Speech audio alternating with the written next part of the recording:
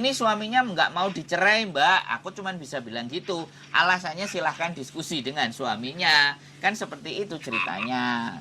Yang bisa saya himbau di dalam konten ini, Mbak yang kerjanya di Norpoint, sampean tadi bilang kan Norpoint. Mbak yang kerjanya di Norpoint, ini suaminya nyari, ya. Sampai nyari ke saya, nyari YouTuber. Dia masih ingin mau memperbaiki rumah tangganya. Nah, yang bisa saya bantu ya cuman itu. Dengan sosial media saya hanya bisa menghimbau seperti itu. Tapi saya tidak akan menyebut nama, Mas. Karena sekali lagi kan kayak gitu. Nah, jadi ceritanya gampang ya untuk sampean. Nggak usah panik, nggak usah bingung. Alternatif yang pertama, sampean boleh perhatikan.